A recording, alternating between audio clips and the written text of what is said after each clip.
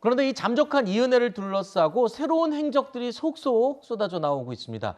사망한 이은혜의 남편은 한 대기업에 다니고 있었던 것으로 알려지고 있죠.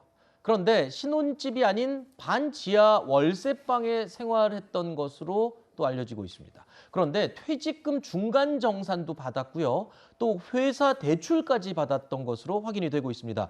모두 합해서 1억 원 정도를 받아간 것으로 알려지고 있는데 그런데도 불구하고 이 숨진 남편, 이 죽기 전에요. 끼니를 해결할 돈도 없어서 회사 동료에게 3,000원만 빌려달라고 했던 것으로 확인이 되고 있습니다. 그렇다면 숨진 남편이 챙겼던 1억 원은 도대체 어디에 있다는 건지 그게 굉장히 의문이네요. 그렇죠. 그게 지금 묘연하긴 한데요. 일단 도피를 이 정도 지금 4개월 정도 도피하는 거 아니겠어요? 네. 그 정도 도피한다고 하면 자금이 있어야 될 것 같고요. 아마 어떤 방식으로든 돈을 가져가서 지금 이제 은밀하게 어디 가서 숨어 있어야 되는 상황이기 때문에 그런 자금으로 사용할 가능성이 있다 이렇게 보이는데요. 저는 저거 보면서 납득이 잘 안 되는 게 너무 많아요. 그렇죠. 결혼을 했는데 부인이 사는 집은 따로 있고 그건 신혼집이고 남편은 따로 반지하방에서 살고 있고 네. 남편은 한 연봉 6천 정도 된다고 하는데 끼니 해결할 돈이 없어서 3,000원을 동료한테 빌린다. 네. 그럼 그 돈은 다 어디로 간 것이며 두 사람은 도대체 결혼 생활을 어떻게 유지했던 것이냐. 상식적으로 좀 납득이 안 되는 결혼 생활을 한 거 아닌가 네. 그렇게 생각하는데요. 어찌됐든 남편이 뭐 부인한테 종속이 됐든 어떻든 간에 남편이 사용할 수 있는 돈은 거의 없었던 것으로 보인다. 이게 맞을 것 같아요. 네. 그리고 회사에서 받아간 돈도 전부 부인한테 건너는 그런 과정이 있었지 않았을까 이렇게 생각합니다. 네. 자, 그리고 남편이 숨진 직후에도 이은혜의 수상한 행동들은 계속 이어졌습니다. 상복을 입은 채로 남편이 살던 집을 찾아갔는데요. 그 자리에서 남편이 쓰던 컴퓨터의 본체를 뜯어내서 어디론가 갔다는 겁니다.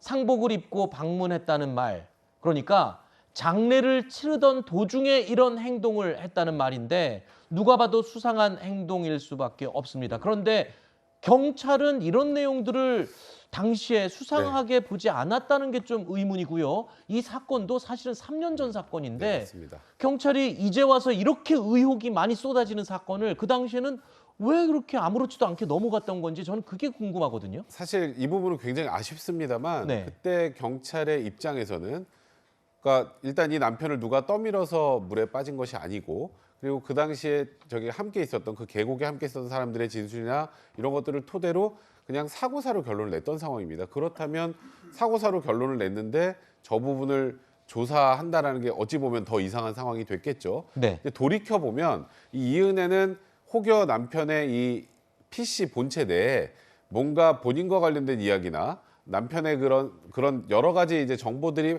포함됐을 거라는 우려를 가지고 상중에 와서 저 PC를 가져간 것으로 보이는데, 그러니까 이거는 결론적으로는 굉장히 그 당시 경찰 수사가 아쉽습니다만 그 당시 경찰 입장에서는 좀 어쩔 수 없던 측면도 분명히 있다. 네. 이 말씀을 좀 드려야 될 것 같습니다. 자, 이은혜 잠적으로 이 이은혜의 부모도 넉 달째 이은혜와 연락이 되지 않고 있는 상태로 알려져 있습니다. 자, 이 사건과 딸에 대한 사회적 관심이 집중되자 이 이은혜의 부모도 부담감을 지금 호소하고 있는데요.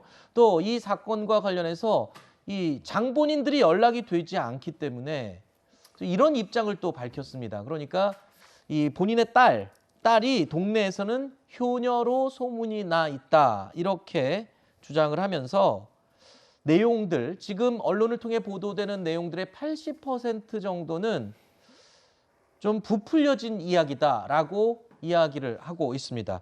뭐 이은혜의 부모로서는 이런 이야기를 충분히 뭐 할 수 있지 않을까 이런 생각에 반론 차원에서 저희가 또 이은혜의 가족의 입장을 저희가 지금 전해드렸습니다.